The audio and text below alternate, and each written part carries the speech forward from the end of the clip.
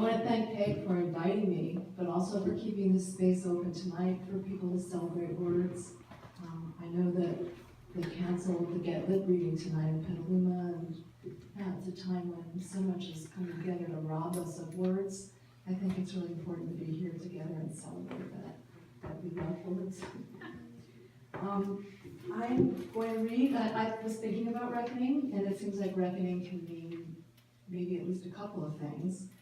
One might just be like calculating or assessing, and the other might be more like settlement or like karma almost, a payback.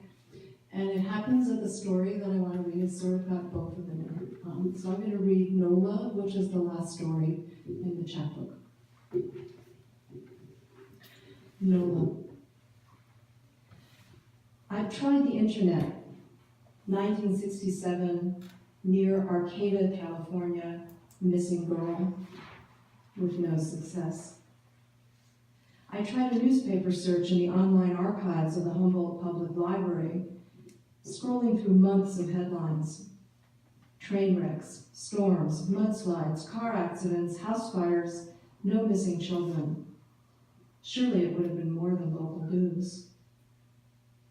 I asked my mother when I visited her in the nursing home, do you remember a girl named Nola? A girl around my age who disappeared? She shook her head and turned away. No, I don't remember anything like that. But Nola stares at me at night, her face just inches from my own, elfin and pale, with flaxen hair and untidy tufts, and frightened eyes the milky green of glass marbles. Nola was her nickname, short for what I can't recall. She had a common surname, I think, Jones, Smith. I'm sorry, Nola, I want to whisper, so sorry, but the words won't form themselves.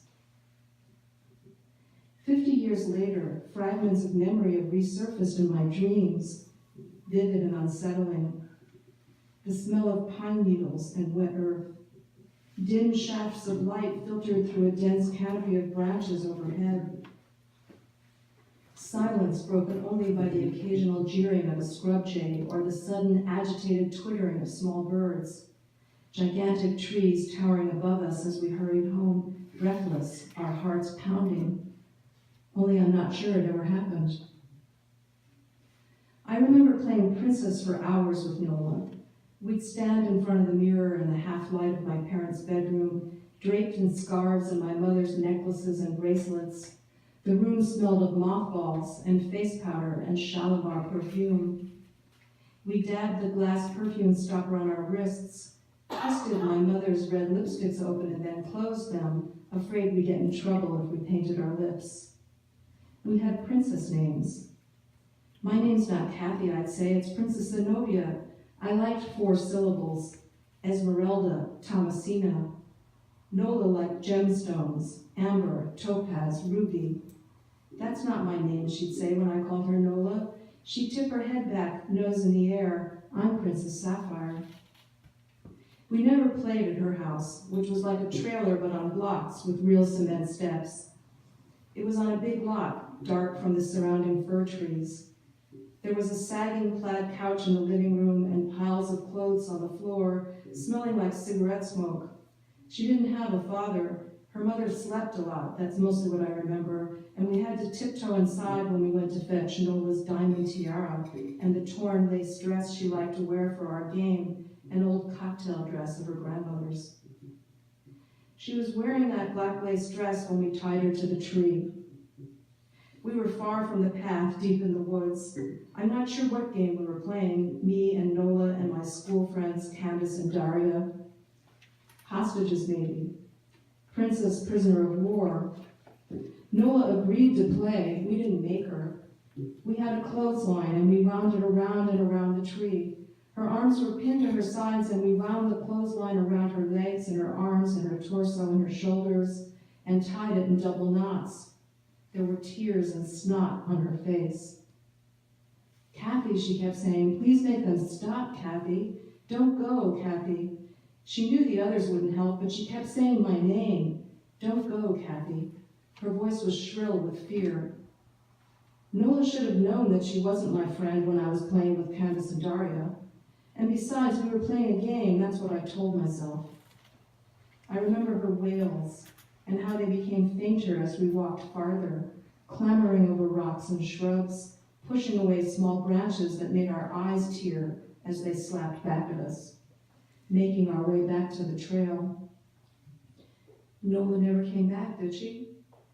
I can see her mother at her door, her bleached hair a rat's nest, eye makeup smeared, eyes wide with alarm. Where's Nola? She kept asking over and over. I hovered in the front hallway, shaking my head. I don't know, I said. I turned and ran up the stairs. Would you please ask your daughter where Nola is? She doesn't know, my mother answered. She didn't invite Nola's mother in. She just closed the door. Women like her shouldn't have children if they can't keep track of them, my mother said to my father, who put his hand on her arm to keep her from saying more when he saw me leaning over the banister.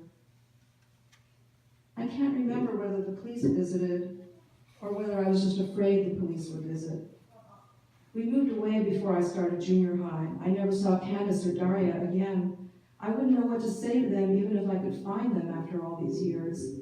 Do you remember that day, our game in the woods? I can imagine their shuttered stares.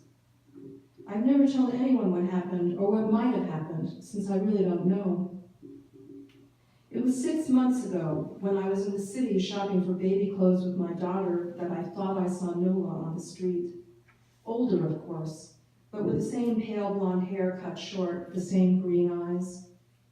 We'd been looking at princess outfits, pink and glittery, so maybe that conjured her apparition. Or maybe it was the fragility of my first grandchild, so tiny and precious, my fears for her future. I haven't been able to stop thinking of Nola since. I rushed after the woman and put my hand on her shoulder. Nola, I said, is it you? You're all right? She stared at me without recognition. I'm sorry, I said. I didn't mean to do it. You have to believe me. I've always been so sorry. I don't know what you mean, she said, pulling away from me. That's not my name. What is your name? Is it Sapphire? Ruby? She just looked at me as if I were the one who wasn't all right. Night after night, my dreams take place in the forest. The still air shimmers with menace. I feel like I've been walking forever. My footsteps muffled by the thick earth. My footsteps muffled by a thick cushion of pine needles. I sense small animals burrowing under the earth, huddled in the roots of trees. I glimpse tiny snakes in the damp leaves, and beetles playing dead, their shells black and iridescent. Sometimes I stop to rest on wet, moss-covered logs, but I don't linger. I'm afraid it will get dark. I'm alone, I'm hurrying, I don't know where. Maybe home to hide behind my mother, maybe back to Nola to release her. I can feel her mounting terror, the clothesline biting into her skin as she struggles. I run faster, through clouds of tiny insects that I brush away from my face, and thickets of twigs that scratch my hands. The woods darken as twilight gathers. I don't know where I am or where the path is. I think I hear Nola's panicked breathing somewhere nearby. I stop and turn in circles, straining to see. The woods begin to whisper. Her face looms in front of me, round and white like the moon behind the trees. Nola? Thank you.